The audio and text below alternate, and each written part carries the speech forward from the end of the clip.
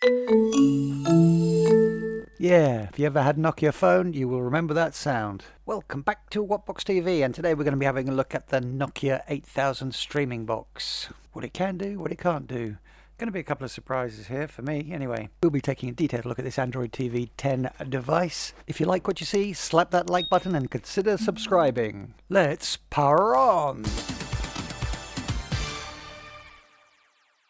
So I received a whole bunch of questions about this box. Everything from what it runs, what speeds it runs at, whether it's 4K, whether Chromecast works, launchers, can buttons be remapped, can external storage be written to, what's it like for gaming. We'll answer all these questions and more, and at the end I'll give you the verdict on whether it's a yay or nay from me. If I've missed anything out or got anything wrong, please let me know and I'll alter it in the pinned comment down below. Let's dive in.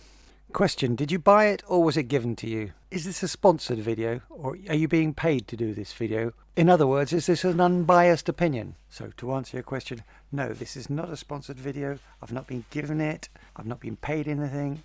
All opinions are mine. I paid for it myself. Came from Amazon Spain and cost $87.50, $87.90. Front of the box tells us it's an Android TV device, 4K UHD with Hey Google, Google Assistant and a backlit remote, Android 10 dual band Wi-Fi, Bluetooth, Ethernet LAN, HDMI, USB 3, USB-C. All the usual streaming platforms installed. So what's in the box? A streaming box, remote control, power adapter, HDMI cable and two AAA AAA batteries. Let's take a quick look at the remote. At the top there you've got an on-off button, power button and the numbered button as well as playback controls. Those numbers can be used for changing channels when you're in something like live channels. You also have the volume control up and down, a stop button, a mute button and a program up and down button. So coming down on the left, next you have the Google Assistant button, and on the right you have the home button, and then you have the D-pad, up, down, left and right, and the enter button. Just down below that on the left you have the back button, and a useful button there on the right is the settings button. Coming down you have bookmarks, an info button and the TV button, so you can go straight into an app like live channels. And below those we have our four dedicated buttons to apps like YouTube, Prime Video, Netflix and Google Play. Those I tried to remap are not remappable. And below those we have the red, green, yellow and blue buttons that you would commonly find on a TV remote, and those will, depending on your TV, will work on whatever function you have on your TV for those. They can be remapped. I'll touch on that later on in the video. On the top of the box you see a matte finish with Nokia in a gloss finish engraved on the top there, and on the front side there's nothing to see there. But on the right hand side there is one USB 3.0 port which can be used for the usual accessories like USB drives, thumb drives, hubs, webcams, etc. Normally on a box like this you would expect to have more than one USB port, and so moving on to the next, onto the back, we've got the port to plug in our power cable. We've got an Ethernet port, Ethernet, potato. That is only a 100 megabits per second port, not a gigabit port, though 100 megabits should be sufficient for most streaming situations, bearing in mind that both Netflix and Prime state on their websites that 25 megabits per second is more than sufficient for their 4K content. Next we have an HDMI socket, an AV out, so you can plug in headphones into that little socket there. Next you have the audio optical out socket. And finally there's a Type-C USB socket. I'll come on to this later in the video, but this has been a great disappointment to me for a number of reasons. And on the next side there's nothing, just the gloss finish, and finally on the bottom of the device we can see that there's a raised ring that A, helps to keep it nice and firm and steady on the surface that it sits on, and B, it actually lifts it off the surface a bit to help ventilation. There are no ventilation slots as such. So let's hook it up to a capture card and see how it performs. Question: can you give me the specs of this thing? Okay, from the Nokia website, I'll leave a link in the description. In system and memory, it is running Android TV 10. Chipset is the Amlogic S905X3. Quad-core Cortex A55. GPU is the Mali 31. 2 GB of DDR3 RAM and 8 GB of eMMC storage. Ports HDMI, USB 3.0, digital audio optical, AV, USB-C, we've talked about that, I'll come on to it later. Ethernet LAN, which is 100 megabits, not gigabit, and DC-in is 12 volts at 1 amp. Wireless connectivity includes 2.4 gigahertz and 5 gigahertz bands, and a Bluetooth 4.2. Compatibility includes HD, Full HD, UHD TVs with HDMI port, not included in the packaging, Bluetooth keyboard and Bluetooth game controllers. I suppose there's going to be some bright spark out there who actually expects a TV to be thrown in with it. Okay, so that's what Nokia says. Let's confirm that by running it through AIDA 64 and see what we get there. On the system tab, we can see that the manufacturer is SEI Robotics, the same people that make the TiVo Stream 4K. Coming down, it's the Amlogic hardware, and the total memory installed RAM is 2 gigabytes. Total memory is 1987 megabytes, and available memory is 528 megabytes. That adds up to 2 gigabytes, and then internal storage total space 4259. Add that to the free space 3694, brings you up to 8 gigabytes of storage. On the CPU, you can see it's a 4-core ARM Cortex A55 running at 1900 megahertz. And in the display tab, we can see that the GPU renderer is the Mali G31. Okay, so let's test the speed on this. Opening up Analytics, and first of all, we'll test the Ethernet port, and I'm going to speed this up. I mentioned this port is 100 megabits, and we have achieved 93 down and 94 up, which is more or less what we'd expect to get. Tested it 3 times, and the results were all similar. On the Wi-Fi speed tests, the results tended to fluctuate quite a bit. Did 3 tests, and I got on download I got 266, 278 and 257 down, which was pretty consistent, but on the uploads it was from 98 to 165 and 90 megabits per second. Not that the upload speed should make any difference to your streaming. You may have noticed that the upload speeds started out pretty fast but then slowed down. As a personal note, I normally connect my devices as wired rather than Wi-Fi for stability. So, wired or Wi-Fi? Drop us a comment down below. Question: how's the 4K on YouTube and Netflix and Prime Video? So digging into settings, device preferences more, we go into there and we go into display and screen resolution. We can see display mode there is currently set to 4K 2K 59.94 Hertz. Let's go in there, and then we can see all the options for on this particular 4K TV that I'm using it on. I did try it on a normal FHD 1080p TV, and on that obviously we didn't have the 4K options.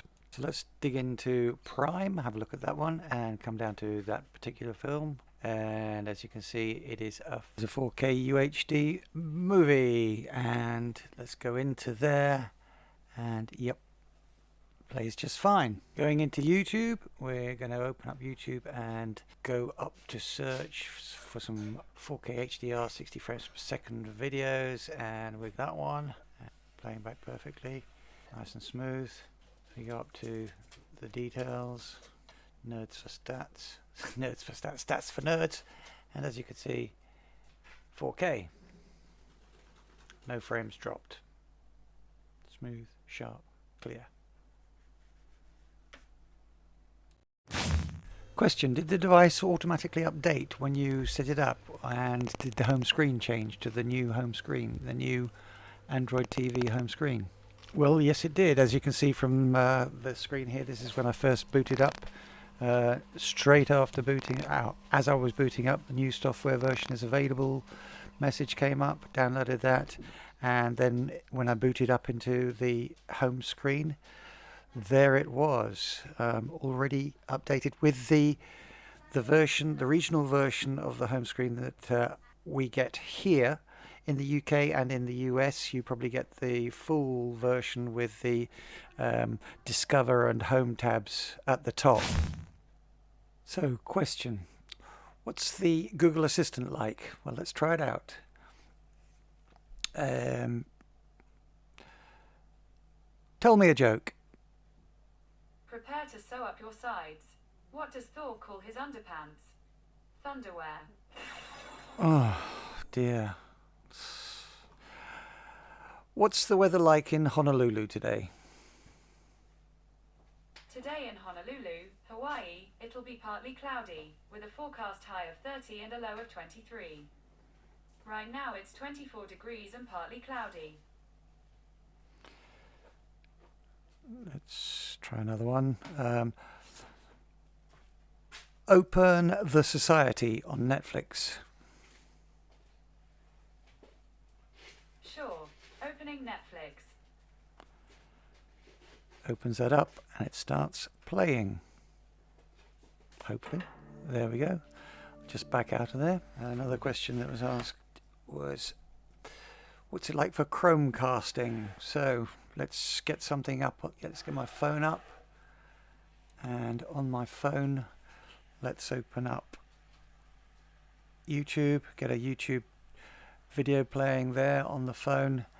And then we can press the cast button. We can select to whichever TV we have available, and we're going to do it on the Nokia streaming box. And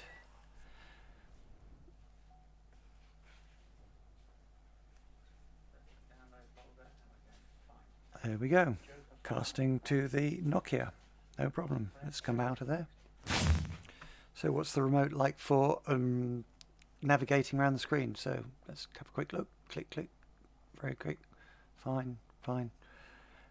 On opening an app, Netflix has already been opened. That goes straight in. Let's just force close that. Let's go back home and force close that. And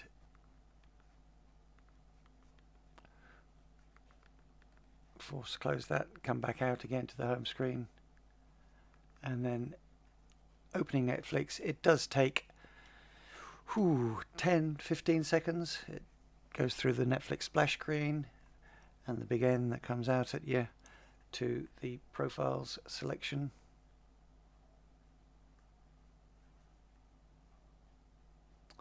A little bit slow there.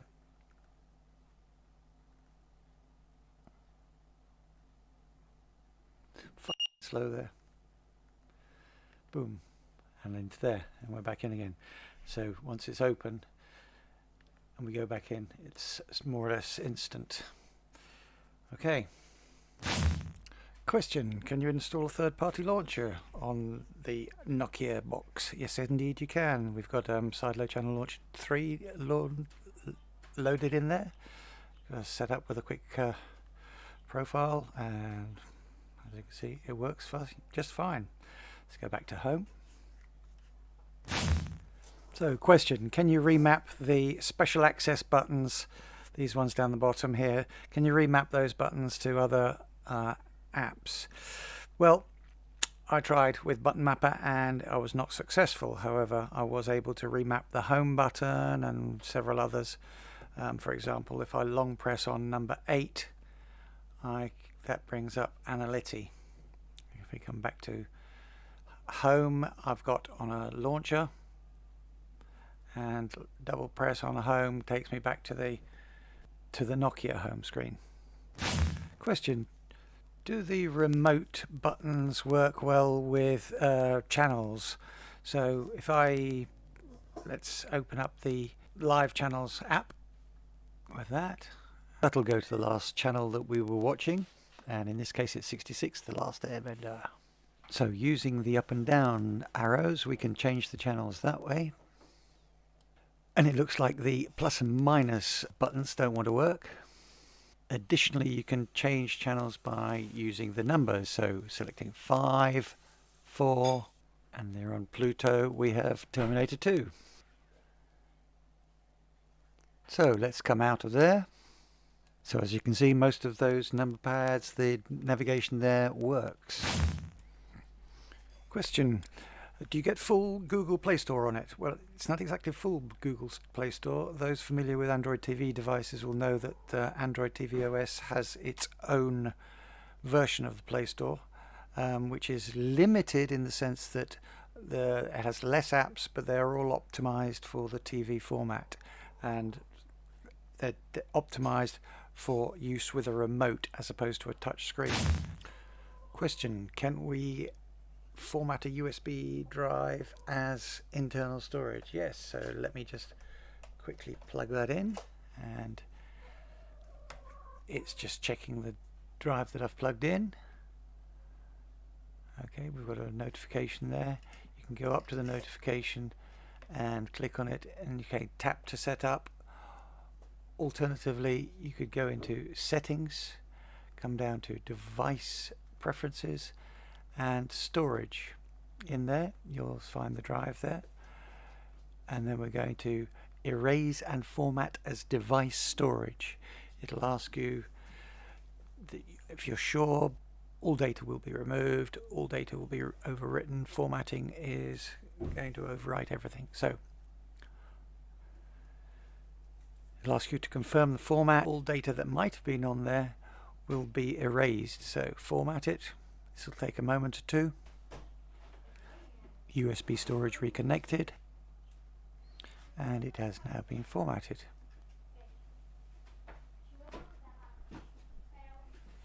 Done. Question: can you write to external storage? So if we go into Explore, let's have a look there. I'm going to try and copy that Spidey folder from my internal shared storage through to that folder there on the USB drive. So there's a thumb drive plugged in there. So in Explore, I'm going to long press on Spidey and press copy. It's going to ask me if I want to copy it to the storage, which is the thumb drive. I say OK to that, and there it goes, written up, no problem. This is strange because in some other Android TV 10 devices we've not been able to write to external storage. For example, the Chromecast with Google TV, and also the MeCool KM2 has had this as well. Question: so how well does it handle games? Well, we tried it with a couple of games. We tried it with Beach Buggy Racing, with 3 of us playing with 3 Bluetooth controllers connected at once, and as you can see, it was working pretty much okay, though we're pretty crap at it, as you can see. With a bit of Asphalt Racing, Asphalt 8, Asphalt Airborne. Again, not very good driving skills, but you can see it works pretty well.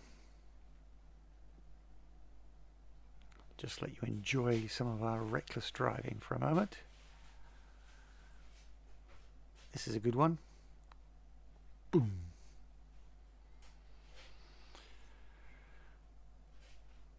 Okay, so some pretty smooth gameplay, and overall not bad at all. Question: is there audio pass-through? Well, yes there is. Let's go into settings and just show you that, and in the device preferences all the way down to more and audio output. There at the bottom there you can enable Dolby 7.1 channel pass-through. Okay, also in there we have Dolby dynamic range compression mode, and you can select that for offline or RF. DRC, dynamic range compression, that boosts the quiet parts when people are talking, and it reduces the crashes and explosions in the loud parts, so you don't have to keep reaching for the mute button or the volume button. Question: is there auto frame rate matching? Okay, so if we just come back out a bit there and go into display, you will see that in screen resolution, screen position, there is no auto frame rate matching option, so no. Question: I've heard there's a bit of a problem with that Type-C USB port. Well, short answer, yes indeed. I've got a bit of a problem with this Type-C USB port. I tried several devices, several thumb drives. I tried a hub with thumb drives. I tried a camera. Turns out that this port is only a 5-volt or 1 amp output. It's only really good for charging a phone, and how many phones these days charge at that low power? And who's going to charge a phone from the back of a streamer that's tucked next to the television? Not very practical at all. The only possible use I can see for this is if you're powering another streaming device like a Fire Stick or something like that. Really, very disappointed with this one. I really can't believe that Nokia decided to put this on the device at all like that, quite honestly. Oh well, fail there. Okay, final question. It's actually a couple of questions here. Is it available in the USA? And verdict, yay or nay? Pros and cons. So on the question of availability in the USA, no, it is not available there. It seems to be only available in Europe at the moment, either directly from the Nokia website or Amazon's all around Europe. Mine came from Amazon Spain. Pros and cons? Well, pros, in its favour, it does stream very well. Handles 4K very well. It can also write to external storage, which is important for some people. And the one USB 3 port that it does have can be used with a hub as well. So all good there. However, the cons. Grrr, that Type-C port really riled me, I'm afraid. And for me personally, that would be a deal breaker. What about you though? What do you think? Would that be important to you? Would you possibly get one of these? Let us know in the comments down below. Boo! Well, if you're still with us, thank you very much for accompanying us all the way through to the end. Don't forget to add your thoughts in the comments down below, and we'll catch you when you catch us in the next one. Toodle pip!